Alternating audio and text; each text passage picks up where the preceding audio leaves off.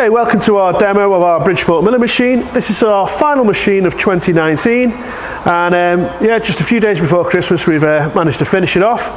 We're going to run through it now and show you it all on a virtual video demo, but please obviously come and see it for yourself in real life. So this machine's had a full rebuild. So regrind the X, Y and Z axes. Obviously if we regrind the axes, we replace all the lead screws, all the nuts, all the bearings and that sort of thing.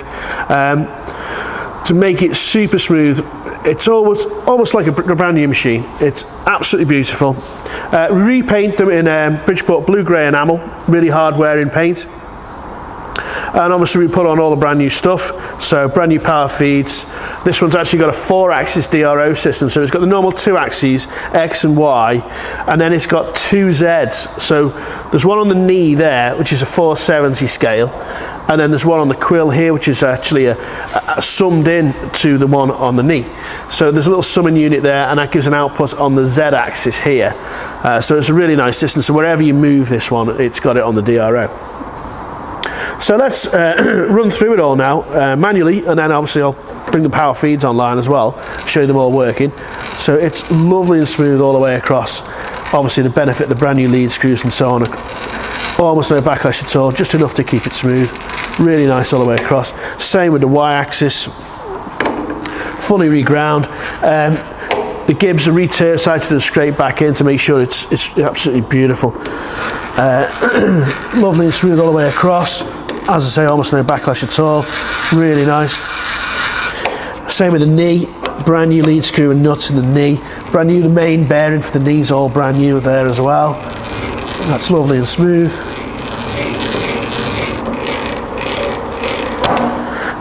Of course, there wouldn't be any point to doing all that regrinding process if you didn't sort out the lube system. So the lube's all brand new. The new lube pipe, new lube metering units, pumps all been serviced, and that's all working correctly. Okay, so moving on, let's put all the power feeds on so you can see them all going together. So there's the X-axis, that's variable speed. So this vary the speed there. Rapid override if you need it on the top. Take your finger off, it goes back to feed, and that's the same on all the feed units, even though they're basically the same unit, even though they're just slightly different fittings. So there they are, all going together. You wouldn't do that in normal production, but for the sake of this video, I think it's quite a nice, interesting one to see.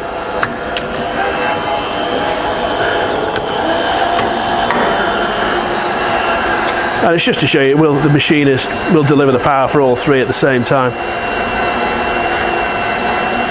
So they're running great. And it's the latest model as well, the C500P X, Y or Z, and that's the highest power model. So once you're happy with that, we're going to move on to the head, the variable speed head, testing of that and the testing of the quill in a minute as well.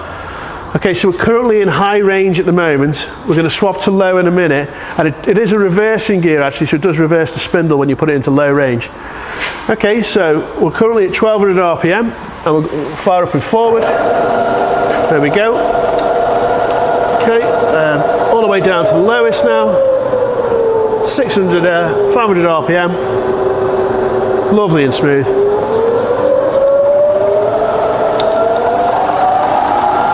That's 2000. All the way up to 2800.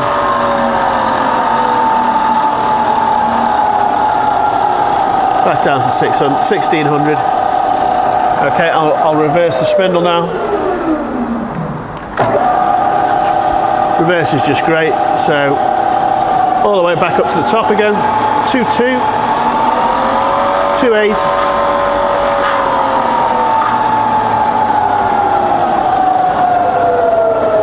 There's 1000 RPM, and back down to 500. Lovely and smooth.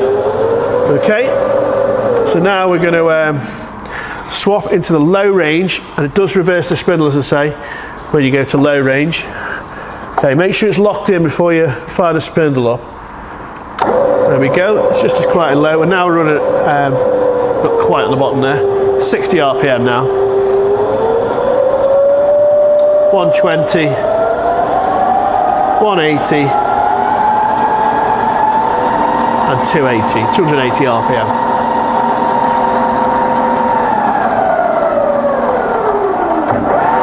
There's reverse, just as quiet reverse. 160, 100, and back down to 60 again. Okay, we do spend a lot of time and a lot of money on the heads. We replace all the bearings, belts, quite a lot of the pulleys in there, quite often the rotor shaft of the main motor as well, and of course a lot of time to do the job as well.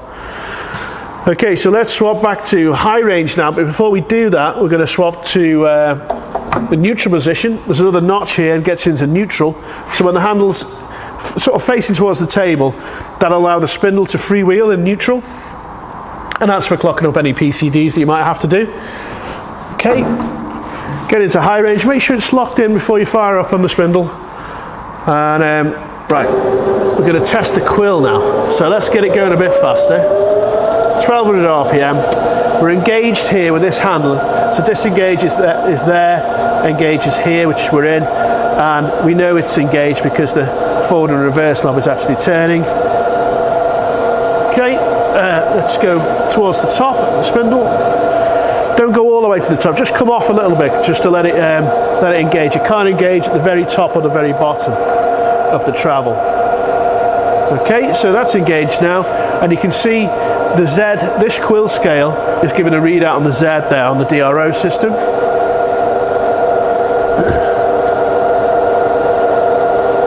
So it's currently in the highest feed rate.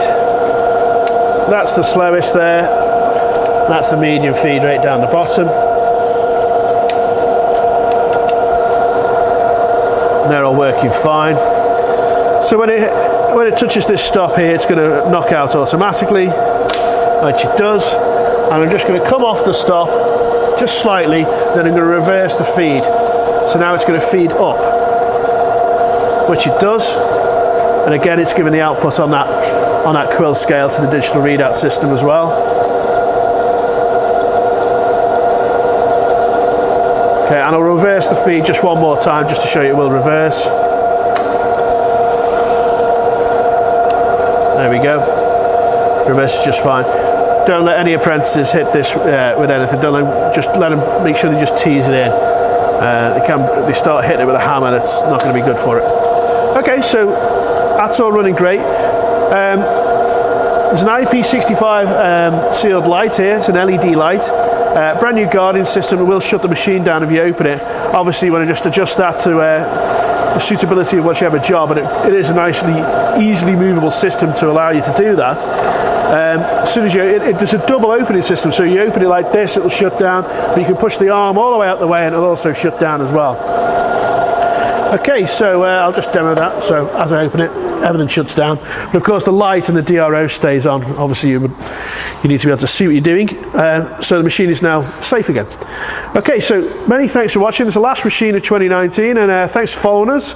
If it's the first time watching, please press subscribe, and yeah, thanks for watching.